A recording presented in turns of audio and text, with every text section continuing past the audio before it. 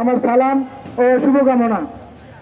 আমরা এই 16 বছর নির্বাচনের জন্য সকল জনগণ ভোট কেন্দ্রে যাওয়ার চেষ্টা করেছি, কিন্তু আওয়ামী লীগ সরকারের স্বৈরাচার বাহিনী ভোট কেন্দ্রে প্রত্যেকটি বিরোধী দলের নেতাকর্মীদের উপর হামলা এবং অত্যাচারের মাধ্যমে তারা ভোট লুণ্ঠন করেছে। এই 16 বছরে কেউ নিজে স্বাধীনভাবে ভোট দিতে পারেনি।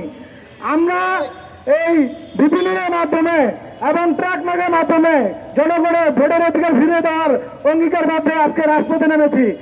আমাদের এই অঙ্গীকারের মাধ্যমে আমরা 2024 সাল থেকে সামনে নির্বাচনের জন্য প্রস্তুতি গ্রহণ করছি।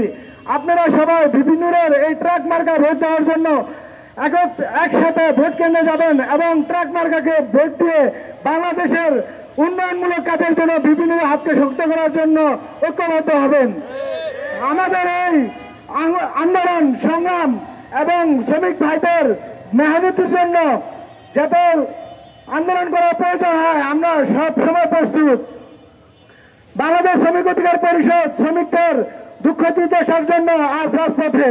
শ্রমিকদের দুঃখের কথা কোন শ্রমিক নেতাই মাথায় নেয় না। শ্রমিক নেতাদেরকে দেখা যায় পয়লা মে পাঞ্জাবি পায়জামা গায়ে দিয়ে আসে শ্রমিকদের পক্ষে দাঁড়ায়।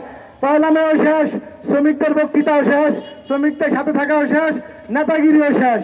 তাই আমরা শ্রমিক অধিকার পরিষদ শুধু সেই পয়লা মের জন্য তৈরি হয়নি।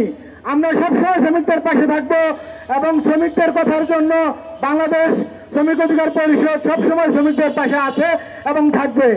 শ্রমিকদের দুঃখের কথা, শ্রমিকদের কষ্টের কথা কেউ শুনতে চায় না, কারণ শ্রমিক নির্যাতিত এবং অবহেলিত। তাই এই শ্রমিকদের যত দুঃখ কষ্ট আছে শ্রমিক অধিকার পরিষদের জন্য তার মুক্ত। তাই শ্রমিক ভাইদের বলছি, ট্রাক মার্কায় ভোট দিবেন, আপনাদের অধিকার আপনারা বুঝে নেবেন। এই বলে আমার বক্তব্য শেষ করছি। সবাইকে আসসালামু রহমানির রহিম।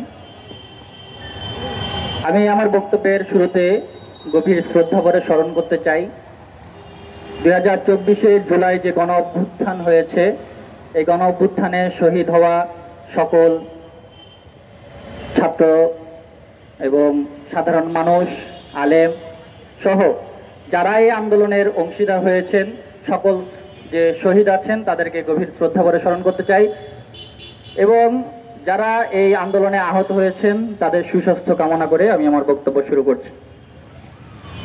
দীর্ঘ 16 বছর ফ্যাসিবাদী সরকার তার যে ফ্যাসিবাদ কায়েম করেছে, সেখানে আমরা দেখতে পেয়েছি যে শ্রমিক শ্রেণীর মানুষদেরকে কিভাবে শোষণ এবং নির্যাতনের মাধ্যমে এই সরকার ক্ষমতায় টিকেছিল। আপনারা দেখেছেন আমরা শ্রমিক অধিকার পরিষদ বিভিন্ন সময় এই প্রেস ক্লাবে আমরা শ্রমিকদের ন্যূনতম মজুরি 25,000 টাকা করার জন্য দাবি নিয়ে আমরা এখানে সমাবেশ করেছি।